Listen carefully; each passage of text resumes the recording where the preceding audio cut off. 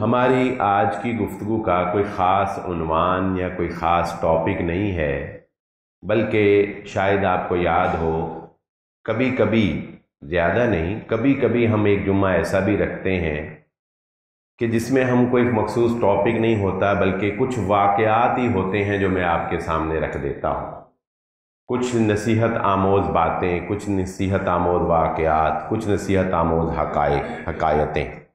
تو آج بھی ہم اس طرح کے ہی کوئی چند ایک واقعات جو ہے وہ سنیں گے تاکہ ان سے ہم اپنی زندگیوں میں اصلاح کر سکیں۔ لیکن آج کے گفتگو کا آغاز میں جس واقعے سے کروں گا وہ واقعہ محمد الرسول اللہ صلی اللہ علیہ وآلہ وسلم کی سیرت سے تعلق رکھتا ہے۔ رسول اللہ صلی اللہ علیہ وآلہ وسلم کی دنیا میں آمد کے انتظامات آپ سے پہلے ہی شروع کر دیے گئے تھے۔ چنانچہ بیت اللہ کا وہ کنواں جسے ہم زمزم کے نام سے جانتے ہیں، وہ بیت اللہ کے متولیوں کی بد اخلاقی، بد انتظامی اور بیت اللہ میں آنے والے لوگوں کے ساتھ بد سلوکی کی وجہ سے ایک مرتبہ دیگر دو قبائل نے مل کر بیت اللہ کے اوپر حملہ کیا، اور اس حملے کے نتیجے میں انہوں نے آب زمزم کے کنویں میں مختلف طرح کے ساز و سامان، جنگ حرب کے تلواریں، تیر، ڈھالیں اور جو کچھ بھی انہیں مل سکا وہ انہوں نے اس میں پھینکا، اور پھینکنے کے بعد اس کے اوپر خوب مٹی بھری اور مٹی اتنی بھر دی کہ کنواں جو ہے اس کو بند کر دیا اور وہ وہاں سے خود فرار ہو گئے۔ انہوں نے یہ کام اس نیت سے کیا کہ جب باہر سے آنے والوں کو بیت اللہ کا پانی زمزم میسر نہیں ہے تو پھر یہاں والوں کے لیے بھی، آنے والوں کے بعد والی نسل کے لیے بھی یہ سہولت کیوں باقی رہے۔ چنانچہ پھر یہ وقت ایک طویل عرصہ گزرتا چلا گیا، زمزم کا کنواں جو تھا وہ بند رہا، اور ظاہری سی بات ہے کہ یکے بعد دیگرے لوگوں کو پتہ تو ہوتا ہے کہ یہاں کوئی کنواں تھا، لیکن اس کے آثار اور نشانات آنے والی نسلیں بھول جاتی ہیں اور کوئی اتنی جستجو بھی نہیں کرتا۔ چنانچہ پھر ایک مرتبہ ایسا ہوا کہ نبی صلی اللہ علیہ وآلہ وسلم کے دادا حضرت عبد المطلب وہ بیت اللہ میں ہی لیٹے ہوئے تھے، اور لیٹے لیٹے ان کی آنکھ لگ گئی، تو وہاں پر ان کو پھر خواب میں حکم دیا گیا، یعنی خواب آیا جس خواب میں ان کو یہ حکم دیا جا رہا ہے کہ زمین کو کھودو۔ وہ اچانک سے بیدار ہوئے لیکن خواب کی سمجھ نہیں آئی، چنانچہ دوسرے دن پھر یہی خواب آیا کہ زمین کو کھودو، حکم دیا جاتا تھا۔ 3 مرتبہ یہ خواب آیا تو انہوں نے پھر خواب میں ہی یہ پوچھا کہ بھئی کہاں سے کھودوں، کیسے کھودوں، کیا کھودوں؟ چنانچہ پھر ان کو خواب میں یہ بتایا گیا کہ صبح کے وقت آپ جب بیت اللہ میں بیٹھے ہوں گے تو ایک کوا آئے گا، جس جگہ پر کوا اپنی چونچ مارے گا وہاں سے آپ نے کھدائی شروع کرنی ہے۔ چنانچہ وہ اپنے بیٹے حارث کے ساتھ حضرت عبد المطلب وہاں پر بیٹھے، اسی طرح ہوا ایک کوا آیا اور اس نے بتوں کے ارد گرد ایک گندگی کا ڈھیر تھا، جہاں بتوں کے نام پر جو ہے وہ جانور ذبح کیے جاتے تھے، وہاں پر اس کوے نے ٹھونگ ماری، چونچ اپنی جو ہے وہ ماری۔ چنانچہ وہ سمجھ گئے، انہوں نے اپنے بیٹے کو پہرے کے لیے کھڑا کیا اور کہا کہ ظاہر ہے کہ لوگ جو ہے وہ مخالفت کریں گے، لیکن چونکہ یہ اپنے قبیلے کے سردار تھے اس لیے کوئی زیادہ مخالفت کا سامنا نہ کرنا پڑا، اور انہوں نے وہاں سے کھدائی شروع کی۔ لوگوں نے منع کیا لیکن انہوں نے اپنا کام نہیں روکا۔ چنانچہ کھدائی کرتے کرتے جب یہ وہاں تک پہنچ گئے کہ جس آثار میں ان کو یہ پتہ چل گیا کہ واقعتاً یہاں پر تو ایک کنواں تھا، چنانچہ لوگوں نے اس وقت پھر اپنا زور و شور بڑھایا اور کہا عبد المطلب یہ کنواں اگرچہ تمہاری رہنمائی کی گئی ہے مگر یہ ہمارے باپ حضرت ابراہیم علیہ السلام کے بیٹے حضرت اسماعیل علیہ السلام کے قدموں سے جاری ہونے والا کنواں ہے، لہذا نسلی طور پر، وراثتی طور پر جتنا حق تمہارا ہے اتنا ہی حق اس کنویں کے اوپر ہمارا بھی ہے۔ حضرت عبد المطلب نے کہا کہ نہیں، یہ مجھے بطور خاص عنایت کیا گیا ہے۔ قریب تھا کہ لڑائی جھگڑا شروع ہو جاتا، لیکن وہاں پر پھر حضرت عبد المطلب نے جھگڑے سے بچنے کے لیے یہ فیصلہ کیا کہ ہم کسی تیسرے فریق سے جو ہے وہ فیصلہ کروا لیتے ہیں۔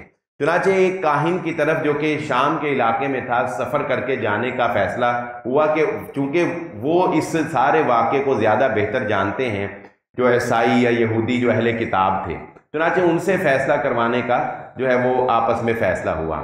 ابھی راستے میں جا رہے تھے تو پھر ایک مقام ایسا آیا کہ جہاں پر شدید صحرا تھا اور پانی اور پیاس سے لوگ جو ہے وہ نڈھال تھے، قریب تھا کہ مر جاتے۔ وہاں پر پھر اللہ رب العزت نے یہ ایک نشانی دکھائی کہ عبد المطلب جو ہیں ان کے گھوڑے کے نیچے سے ہی پانی جو ہے وہ جاری کر دیا گیا۔ جب یہ واقعہ جب یہ لوگوں نے دیکھا اور خوب سیر ہو کے پانی پیا تو وہ اس کے پاس فیصلہ کروانے کے لیے جانے سے رک گئے اور انہوں نے کہا کہ واپس آؤ اور چلو یہ ہم عبد المطلب کے ہی سپرد کرتے ہیں، یہ عبد المطلب کا ہی فیصلہ ہے، جو بھی کرے گا یہ کنواں ہم اس کو دیتے ہیں۔ چنانچہ واپس آئے اور واپس آ کے سب نے مل کر اس کنویں کی جو ہے وہ کھدائی کی اور وہاں سے دوبارہ جو ہے وہ زمزم کا کنواں جو ہے وہ جاری ہو گیا۔ یہ رسول اللہ صلی اللہ علیہ وآلہ وسلم کی آمد سے پہلے ایک راہ ہموار کی گئی کہ وہ زمزم کے جو صدیوں سے بند پڑا تھا، آپ کی آمد سے پہلے اللہ رب العزت نے اس زمزم کے کنویں کو جاری کروایا۔ پھر وہ واقعہ پیش آیا جس کے بارے میں رسول اللہ صلی اللہ علیہ وسلم نے بھی نشاندہی فرمائی کہ میں 2 ذبح کیے جانے والوں کا بیٹا ہوں، میں 2 ذبی، ایک ذبی تو حضرت اسماعیل علیہ السلام اور دوسرے ذبی حضرت عبداللہ جو کہ نبی صلی اللہ علیہ وآلہ وسلم کے والد گرامی تھے۔ آپ حضرت عبداللہ کی اولاد تھے اور حضرت عبداللہ کس طرح ذبی تھے کہ آپ کے دادا عبد المطلب نے یہ نظر مانی تھی کہ اگر اللہ رب العزت مجھے 10 بیٹے عطا کرے گا تو میں ایک بیٹے کو بیت اللہ کے سامنے جا کر ذبح کروں گا۔ چنانچہ جب 10واں بیٹا پیدا ہوا تو حضرت عبد المطلب کو اپنی یہ نظر پوری کرنے کے لیے شدت سے احساس پیدا ہوا۔ اس نظر کو پوری کرنے کے لیے جب وہ بیت اللہ گئے تو لوگوں نے آپ کو یہ کہہ کر روک دیا کہ عبد المطلب ایسا نہ کیجئے، کیوں؟ اس لیے کہ اگر آپ نے آج اپنے بیٹے کو یہاں پر ذبح کر دیا تو کل کو یہ ریت پیدا ہو جائے گی اور آنے والی نسلیں جو ہیں وہ اسی طرح اپنے بچوں کو نظریں مان کے بیت اللہ میں ذبح کرنا شروع کر دیں گی، چنانچہ یہ کام نہ کیجئے۔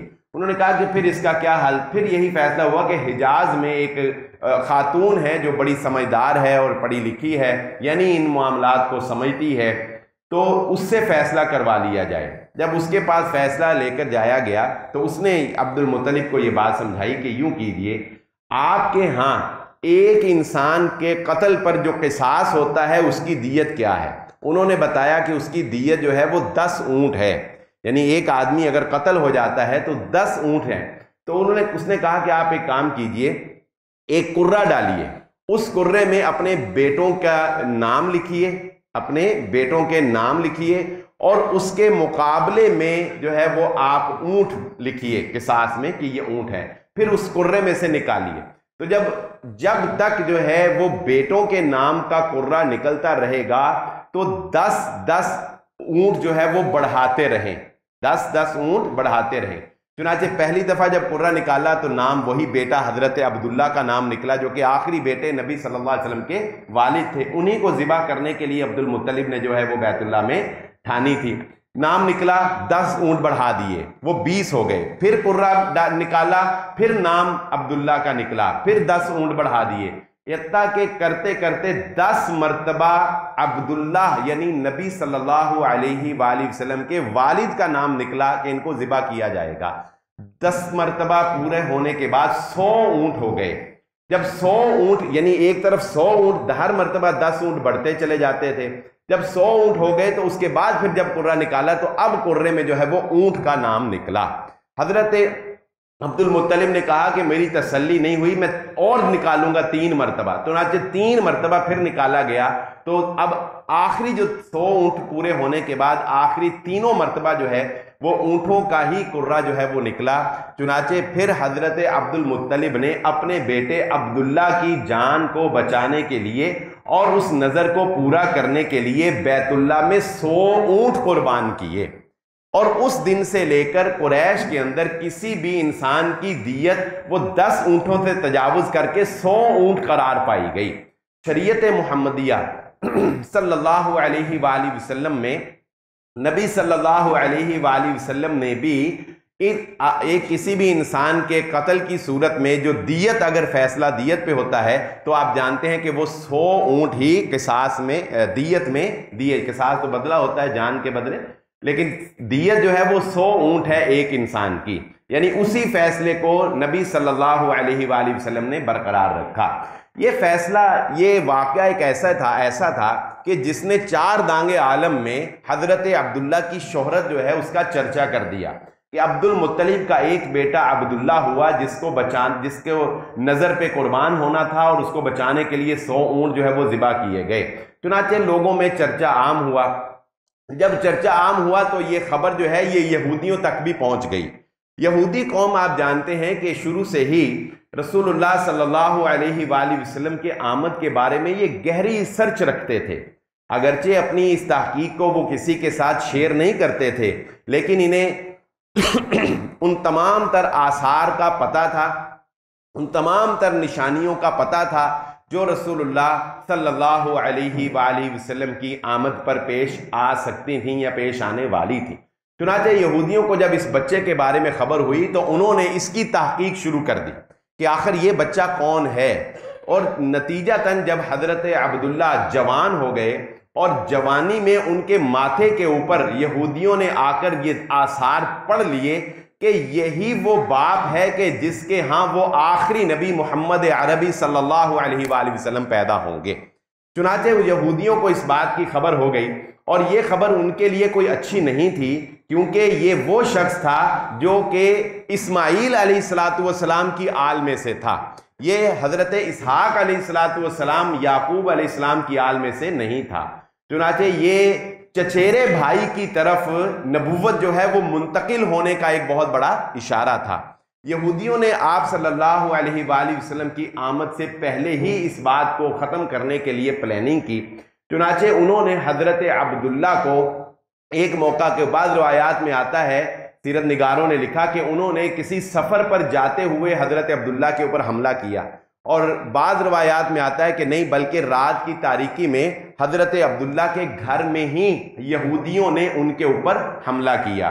حضرت آمنہ جو کہ ہمارے نبی محمد الرسول اللہ صلی اللہ علیہ وآلہ وسلم کی والدہ ہیں، ان کی شادی حضرت عبداللہ یعنی آپ کے والد گرامی سے ہونے کی ایک وجہ یہ واقعہ تھا۔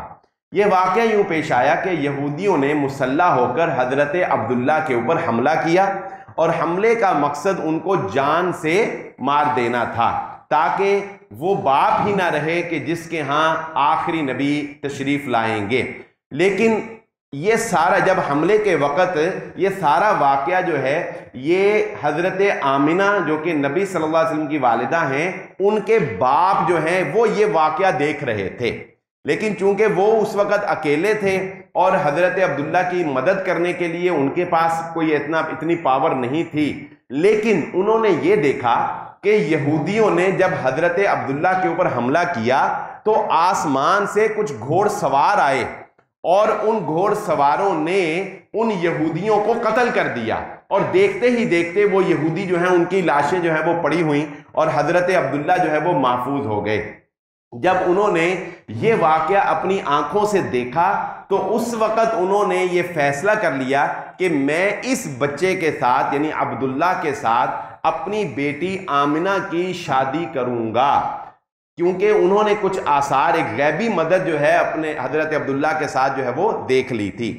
چنانچہ اس وقت پھر انہوں نے حضرت عبد المطلب سے جو ہے اس بات کا ذکر کیا اور اس بات کا اظہار کیا کہ میں اپنی بیٹی آمنہ کی شادی تمہارے بیٹے عبداللہ کے ساتھ کرنا چاہتا ہوں، اور پھر اس طرح سے یہ رشتہ جو ہے اس واقعے کے نتیجے میں قرار پایا، اور پھر حضرت عبداللہ اور ان کی زوجہ حضرت آمنہ یعنی ہمارے نبی محمد الرسول اللہ صلی اللہ علیہ وآلہ وسلم کے والدین کے ہاں اللہ رب العزت نے یہ آخری نبی خاتم النبیین محمد مصطفیٰ صلی اللہ علیہ وآلہ وسلم کی تشریف آوری کی۔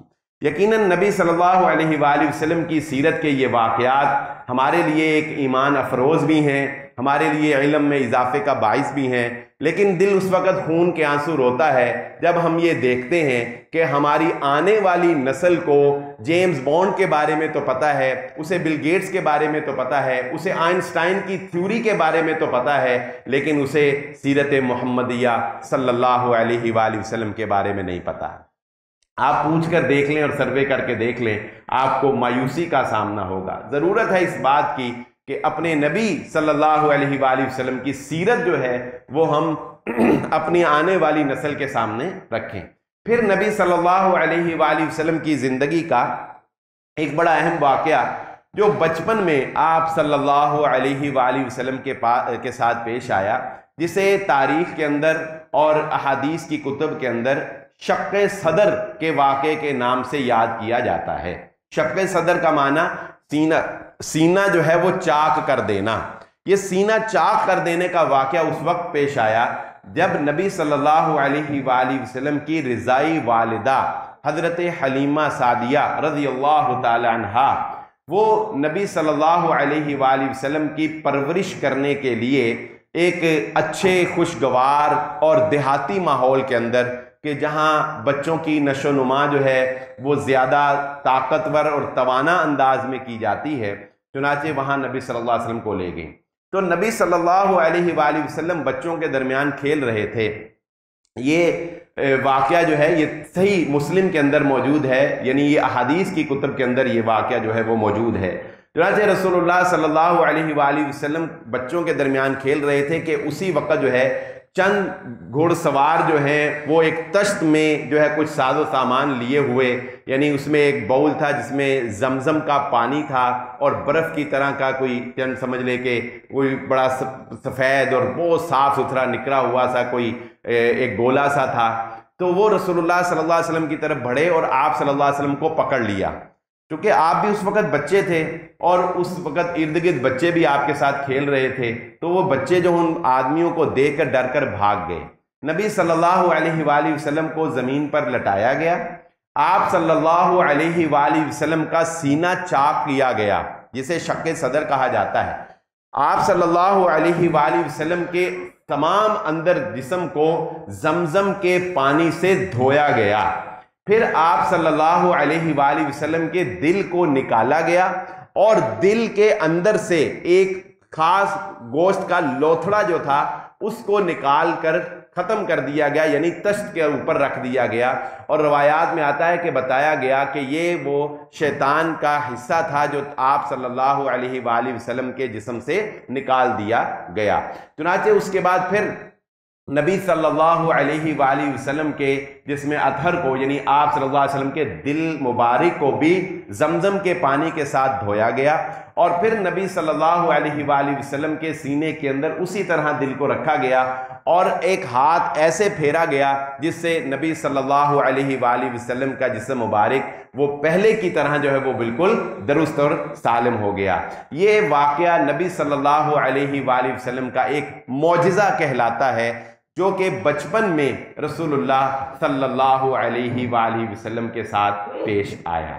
نبی صلی اللہ علیہ وآلہ وسلم کی زندگی کے آپ صلی اللہ علیہ وآلہ وسلم کی زندگی کے بہت سے ایسے واقعات ہیں کہ جن سے لوگوں کو پہلے ہی یہ پتہ چل گیا تھا کہ یہ بچہ جسے محمد عربی صلی اللہ علیہ وآلہ وسلم کہا جاتا ہے یہ کوئی عام بچہ نہیں ہے۔ آپ کے چچا حضرت ابو طالب جس وقت آپ ان کے ساتھ شام کے سفر پر روانہ ہوئے تھے، تب بھی وہاں کے ایک عیسائی راہب نے حضرت حضرت ابو طالب کو یہ کہا تھا کہ آپ کا یہ کیا لگتا ہے؟ انہوں نے کہا یہ میرا بھتیجا ہے۔ کہا کہ اس کو واپس لے جائیے۔ انہوں نے کہا کیوں؟ میں اس کو کیوں واپس لے جاؤں؟ انہوں نے کہا کہ بس میں نے آپ کو بتایا کہ آپ اس کو واپس لے جائیے اور اس بچے کی جا کر حفاظت کیجئے۔ تو انہوں نے اسرار سے جب پوچھا تو اس نے بتایا کہ میں نے شجر اور حجر کو، یعنی درختوں کو اور پتھروں کو دیکھا ہے کہ جب یہ بچہ وہاں سے گزرتا تھا تو شجر اور حجر جو ہیں وہ محمد رسول اللہ صلی اللہ علیہ وسلم کو سلام پیش کرتے تھے۔ یہ آپ صلی اللہ علیہ وآلہ وسلم کی آمد کی نشانیاں تھی۔ ہرقل نے بیت المقدس میں رات گزاری اور اس نے یہ ستاروں کو دیکھتا تھا، شراب کا بہت رسیہ تھا، اور اس واقعے سے ایک ہمیں نصیحت یہ بھی ملے گی کہ بسا اوقات انسان حالات اور لوگوں کے ہاتھوں کتنا مجبور ہو جاتا ہے۔ اس نے رات ہرقل نے بیت المقدس میں رات گزاری. بیت المقدس میں رات گزارنے کے بعد اس نے ساری رات آسمان کا مشاہدہ کیا. اس نے ساری رات آسمان کا مشاہدہ کیا، ستاروں کو دیکھا اور اس نے آسمان کا نظارہ کیا. اور صبح اٹھتے ہی اس نے اپنے فوجی دستوں کو بلایا اور اس نے حکم جاری کیا کہ فوری طور پر اپنے وفد پوری دنیا کے اندر بھیجو اور پتہ کرو کہ دنیا کے اندر وہ آخری پیغمبر محمد عربی صلی اللہ علیہ وآلہ وسلم کا ظہور ہو گیا ہے. اور اس نے کہا کہ اگر تو وہ ہم میں سے ہیں تو پھر تو کوئی ٹینشن والی بات نہیں، اگر وہ یہودیوں میں سے ہیں تو ہم ان کو زیر کر لیں گے، اور اگر وہ عربوں میں سے ہیں تو وہ گٹلیاں اور کھجوریں کھانے والی قوم ہم سے کیا مقابلہ کر سکتی ہیں. یعنی اس کو اس بات کا پتہ چل گیا تھا کہ آخری نبی کا ظہور ہو چکا ہے، اور اس کے ظہور پر اس کو یہ بھی پتہ چل گیا تھا کہ عنقریب ہمیں ان کے ساتھ مقابلہ کرنا پڑے گا. اور یہ ساری نشانیاں جو ہیں اس نے بیت المقدس میں آسمانوں پر جو ہیں وہ دیکھ لی تھیں، کیونکہ رسول اللہ صلی اللہ علیہ وسلم کی دنیا میں تشریف آوری پر اللہ رب العزت نے آسمانوں میں ستاروں کا نظام بھی بدل دیا تھا. اسی بدلے ہوئے نظام کو دیکھ کر ہی ہرقل کی ایک بہت انٹرسٹنگ بات ہے، وہ بھی میں آخر میں بیان کرتا ہوں ابھی اس کے بعد.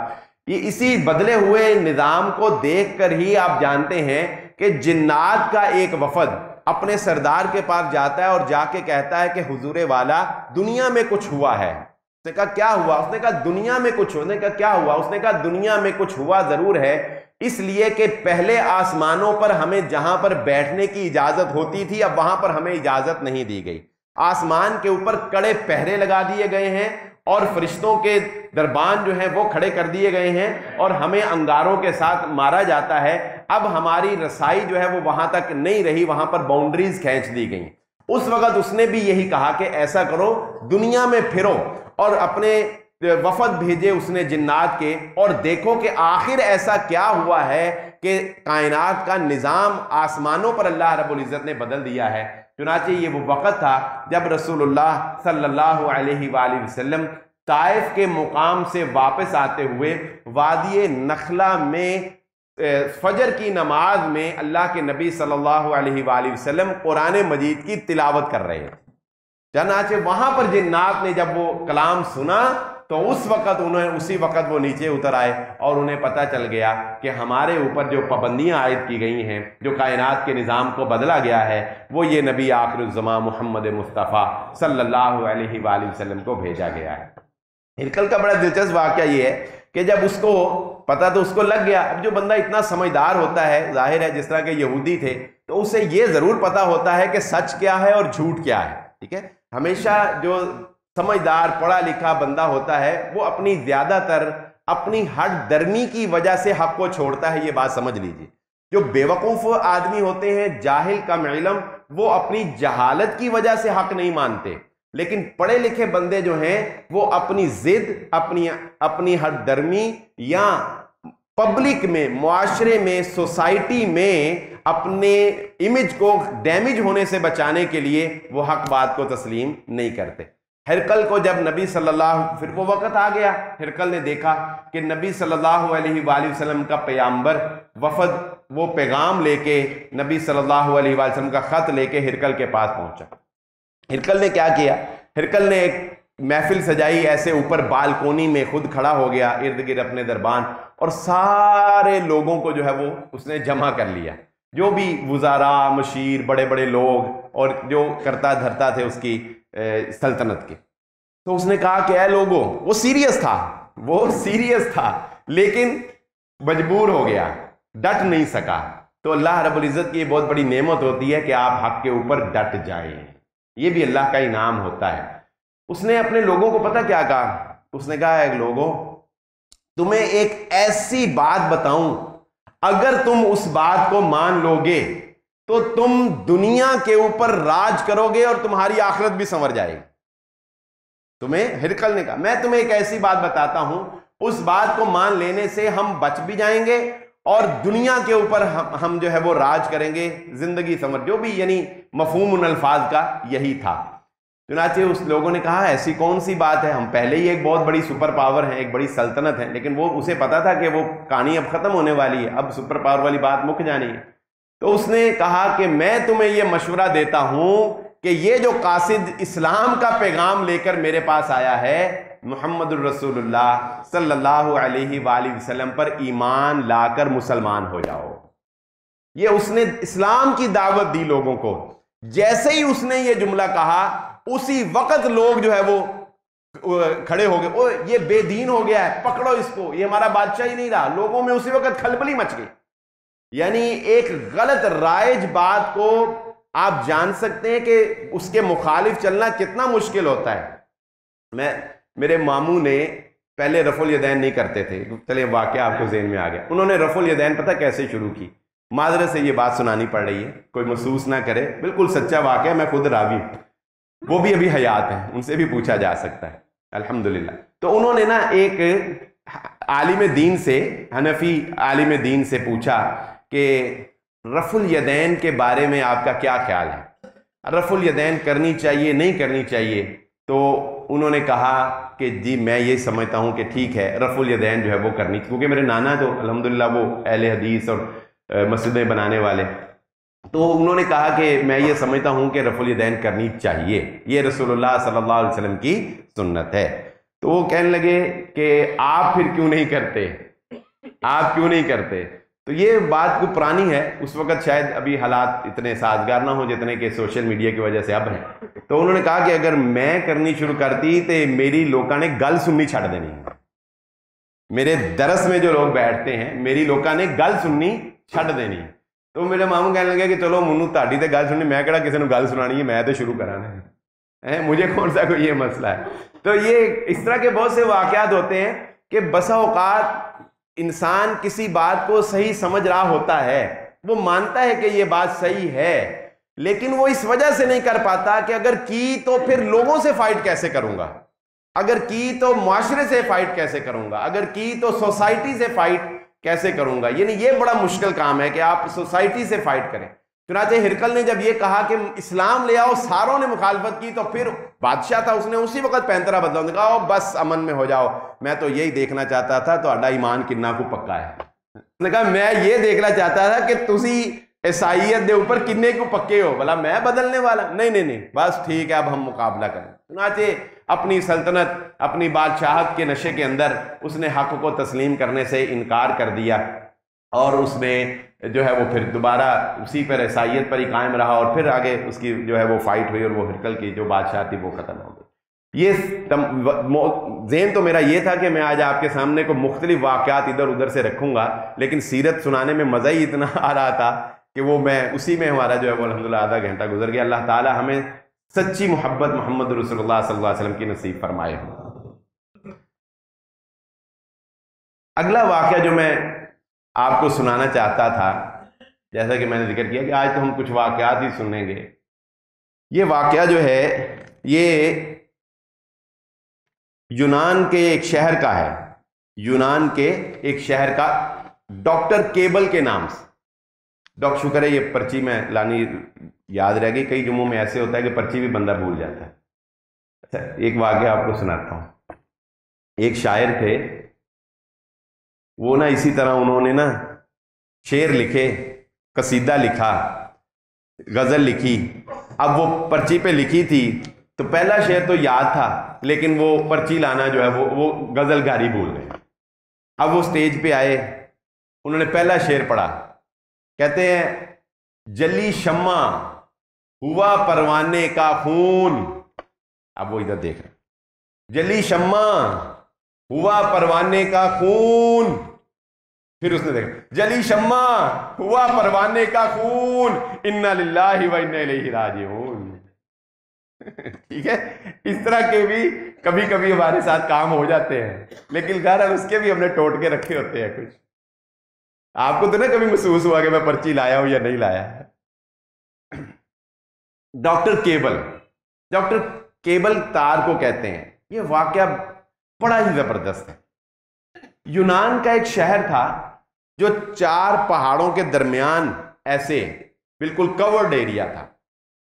اس علاقے میں جانے کے لیے صرف ایک ہی راستہ تھا، اور وہ راستہ پتہ کیا تھا؟ وہ راستہ یہ تھا کہ ایک دریا ایسے بہتا تھا اور اس دریا کے اوپر لوہے کی ایک کیبل لگی ہوئی تھی، جس کیبل کے ساتھ لٹک کر لوگوں کو اپنے گاؤں میں جانا پڑتا تھا اور وہاں سے اپنے گاؤں میں سے باہر آنا پڑتا تھا۔ کم و بیش 10 سال کے عرصے تک ڈاکٹر صاحب اپنا باکس اٹھا کے اس کیبل پر لٹک کر روزانہ صبح گاؤں میں جاتے تھے اور اس کیبل پر لٹک کر روزانہ شام کو واپس اپنے گھر آتے تھے۔ لوگوں کے منع کرنے کے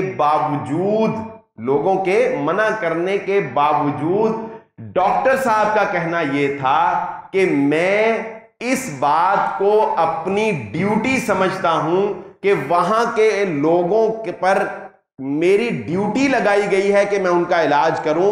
اگر مجھے کل قیامت کے روز اللہ نے پوچھ لیا کہ تو نے اپنی ڈیوٹی پوری کی تھی یا نہیں کی تھی تو میں کیا جواب دوں گا؟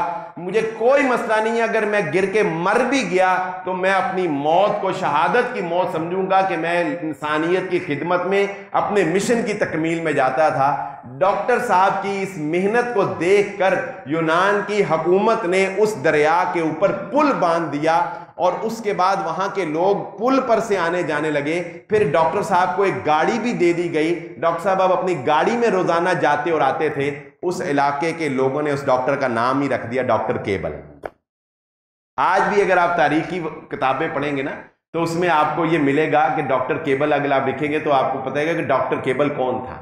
یعنی بعض لوگ اپنے فریضے سے اتنے مخلص ہوتے ہیں کہ بڑی سے بڑی رکاوٹیں بھی عبور کر کے وہ اپنے مشن کو ضرور مکمل کرتے ہیں۔ ایک اگلا واقعہ سنتے ہیں۔ یہ واقعہ ہمیں ہمارے گھروں میں کام کرنے والی ہماری مائیں، ہماری بیویاں، ہماری بہنیں، ہماری بیٹیاں، ان کی قدر ہمارے سامنے اجاگر کرے گا۔ ایک مل کے مالک نے ایک انٹرویو کال دی اور اس انٹرویو کال میں اس نے کہا کہ ہمیں ایک مینیجر کی ضرورت ہے۔ بہت سے لوگوں نے انٹرویو دیا، ایک شخص آیا بڑا سادہ مرادہ سا، اس سے سوال کیا، کمیونٹی بیٹھی ہے، اس نے کہا آپ کے خیال میں اچھا مینیجر کون ہوتا ہے؟ اس نے کہا حضور والا میرے خیال میں اچھا مینیجر وہ ہوتا ہے کہ جس کے ہوتے ہوئے مالک برائے نام مالک ہو، جس کے ہوتے ہوئے مالک برائے نام مالک ہو، اچھا مینیجر وہ ہوتا ہے۔ تو اس نے مالک کو یہ بات جو ہے عجیب لگی اور ارد گرد بیٹھے ہوئے جو دوسرے لوگ تھے ان کو تو غصہ آیا کہ یہ تو اس نے مالک کی توہین کر دی کہ انہوں فیکٹری جو ہی آؤٹ کرتا ہے، برائے نام ہی مالک بنا دے۔ اس نے کہا آپ کو یہ بات کیسے سمجھ آئی؟ اس نے کہا بات یہ ہے کہ میں نے اپنے گھر کے ماحول کو دیکھا تو مجھے یہ بات سمجھ آئی۔ اس نے کہا وہ کیسے؟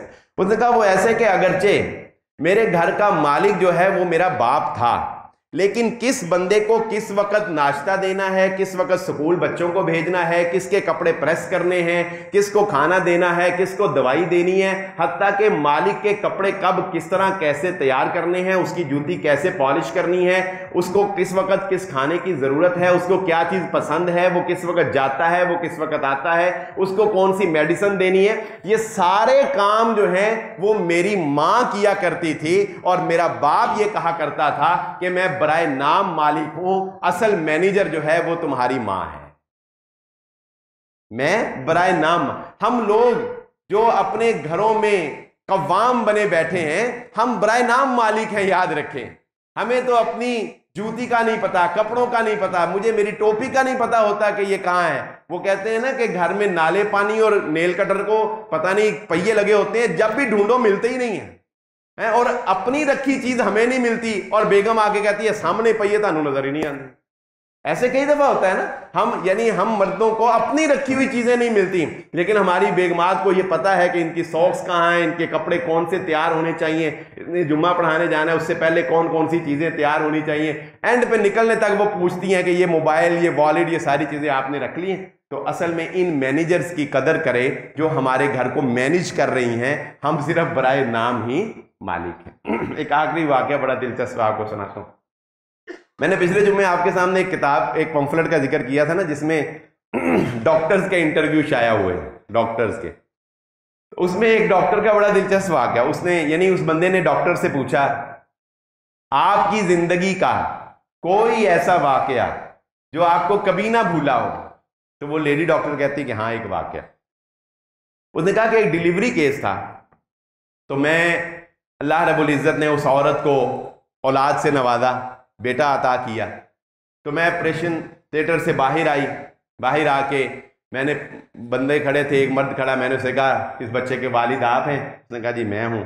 کہتی میں نے اس کو آپ کو بہت مبارک ہو, اللہ تعالیٰ نے آپ کو بیٹا دیا. اس نے کہا جی خیر مبارک. وہ کہتی ہے کہ وہ آپریشن کر کے میں دوسرے آپریشن تھیٹر میں گئی, وہاں جا کے میں نے ایک ڈیلیوری کا آپریٹ کیا. آپریشن کرنے کے بعد اللہ رب العزت نے اس کو بھی بیٹا دیا. تو میں جب باہر آئی تو میں نے پھر دیکھا وہی بندہ پھر کھڑا. میں نے اس کہا جی آپ, کہتے جی یہ پیو بھی میں ہی ہیں.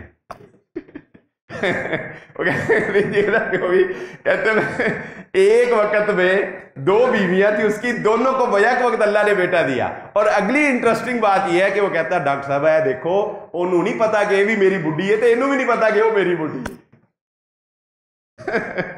یعنی ایسے بھی واقعات جو ہے وہ زندگی میں ہو جاتے ہیں.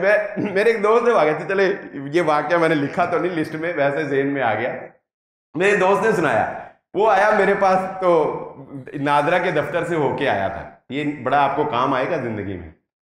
تو وہ کہتا ہے جی بلال صاحب میں ابھی نادرا کے دفتر سے آیا ہوں, تو کہندا جناب اتنے تے رولا پیا, اتنے تے جناب لالا ہوئی. میں کیا کہتا میں کیا کی ہو گیا؟ کہتا خیر میں نے دیکھا دکھا ایک عورت تھی وہ رو رہی تھی, میں لٹی گئی, میں یہ ہو گیا, میں وہ ہو گیا. کہتا میں نے گارڈ سے پوچھا کی ہوا ہے؟ کہتا گارڈ نے بتایا, کہتا یار ہونا کی گل ہے کہ یہ اپنی خامند کے ساتھ شناختی کارڈ بنانا اس. کہتا جدوں انہیں شناختی کارڈ چ بایو ڈیٹا کڈیا تو انہیں پوچھ لیا بھائی جان تہاڈی پہلی بڈھی ہے کہ دوسری بڈھی ہے؟ نادرا میں تو سارا لکھا آیا. بس کہنا بندہ اتوں غائب ہویا تے بڈھی نے کہا میں لٹی گئی جی میری بری حال. اگر اس طرح کا کوئی کام کیتا ہوئے تو نادرا دے دفتر نہیں جانا لے کے نال, ادھر سارا ڈیٹا ہوتا ہے, ادھر نہیں سے آپ بچ سکتے. وہ بھائی یہاں نماز بھی پڑھتے ہیں, معذرت چاہوں گا ان سے.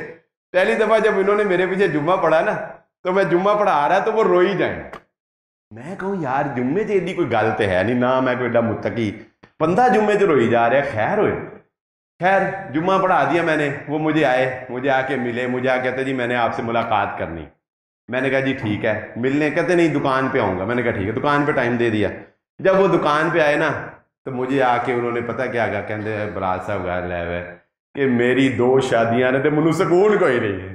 میں کہا چلو شکر ہے تیرے رون دی وجہ تے پتہ لگی, نہیں تو میں یہی سوچتے رہنا تھی کہ پتہ نہیں میرے جمعے کی کوئی خاص گل ہے.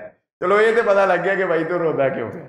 بہرحال یہ کچھ فنی باتیں بھی ساتھ ہوگی. اللہ رب العزت سے دعا ہے اللہ تعالیٰ اسی طرح آپ لوگوں کو خوش و خرم رکھے, اسی طرح ہنستا رکھے. اس بہار کو اللہ رب العزت اسی طرح قائم رکھے. لیٹ آنے والوں سے گزارش ہے ذرا پہلے آ جایا کریں. ہر جمعے میں ایک آدھا لطیفہ ہم سنائی دیتے ہیں, وہ آپ بھی سن سکتے ہیں اگر آپ پہلے آ جائیں. تو ضروری نہیں ہوتا آخر میں ہی ہم سنائیں. تو جو میرے بھائی اکثر جو ہے وہ پیچھے میں دیکھتا ہوں اب کافی زیادہ تعداد میں کھڑے ہوتے ہیں. تو آپ سے یہی گزارش ہے کہ وقت پہ آیا کریں. ہم الحمدللہ کوشش کرتے ہیں کہ ہماری اصلاح ہو جائے, ہم کوئی خیر کی بات یہاں سے لے کے جائیں, ایک زندگی جو ہے وہ ہماری پرسکون بن جائے. اللہ رب العزت ہم سب کو, مجھے آپ کو, ہم سب کو اسی طرح خوش و خرم جو اللہ رب العزت جنت میں اکٹھا فرما دے. وآخر دعوانا الحمدللہ.